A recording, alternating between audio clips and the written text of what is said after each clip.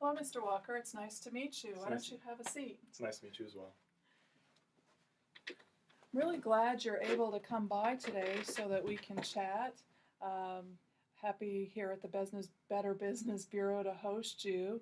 I'm interested for us to have this conversation about how the Better Business Bureau looks at things and to compare that to how you all at the Federal Trade Commission look at things.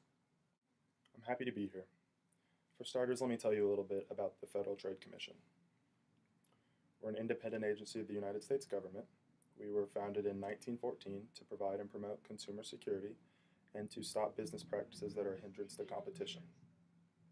We're divided into three bureaus: consumer protection, competition, and economics. Consumer protection deals with business practices that are unfair or deceptive.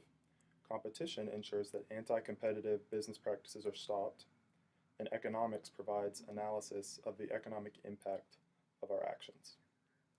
Now tell me a little bit about the Better Business Bureau. We're a nonprofit organization. We were founded in 1912 to promote trust between businesses and consumers. We mediate disputes between businesses and consumers, and we provide accreditation and ratings for businesses based on their practices.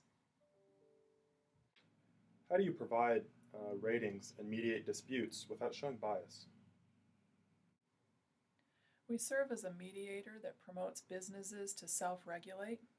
Ratings are based entirely on a business's ethics, and they're done as fairly as possible. Whether or not a business is BBB accredited doesn't factor into their ratings. We used to include accreditation in our ratings process, but it was eliminated because we were concerned about potential bias. That seems fair.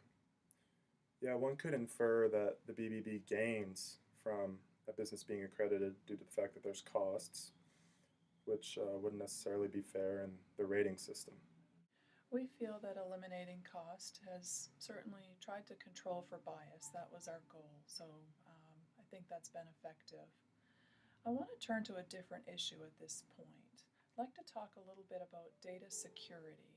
It seems like the FTC doesn't do enough to regulate data security. What's your response to that? What do you think? The problem is clear. Data breaches are an issue in the United States. Our ideas to solve that problem are simple. Let businesses do what they do, and we will police them and try to push them in the right direction.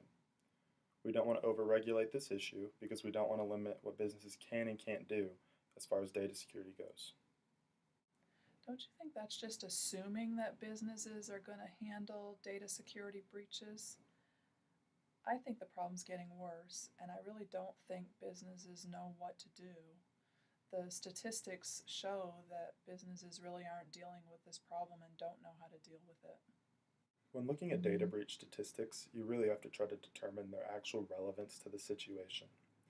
Part of the reason that you're seeing rises is because of technological advancements and consumers just being more careless with their information. We feel that this problem is kind of one that can solve itself, and there's not much that we can really do here. Based on your perspective of this whole situation, how would you handle it? We promote self-regulation, but we would also attempt to provide some guidelines for businesses on how they should handle data security. We would also try to serve as the mediator in any data security dispute and attempt to protect the consumer first. I think this is where one can draw the line and show a contrast in our roles. The FTC attempts to police businesses and bring enforcement action after unethical practices have occurred. We, in contrast, want businesses to self-regulate, and we are approaching it by mediating disputes. Interesting points. Creating guidelines and regulations that would work for all businesses would be extremely difficult. We just don't see how it could be done in a fair manner for all businesses involved in this situation. We feel that over-regulation of businesses can restrict them and create too much consistency in this issue. That's a fair point. Shifting gears, how do you think your agency's practices affect the market? The foundation of most of our agency's practices are to prevent non competitive business practices and try to level the playing field for all businesses. We feel that our advertising regulations and all of our overall work really helps small businesses compete with large businesses, which levels the playing field and helps the whole market. We feel that the FTC doesn't allow businesses to tell their side of the story in disputes.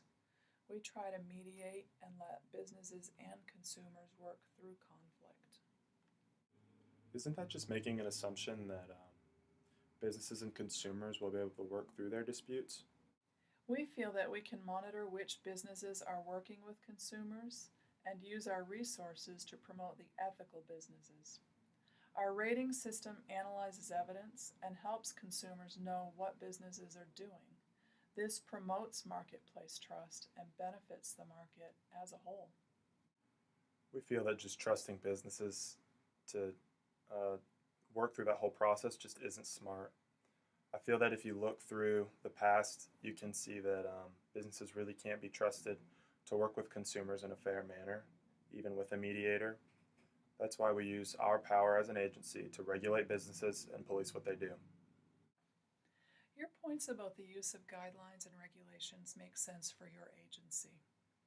We feel our methods maximize our resources.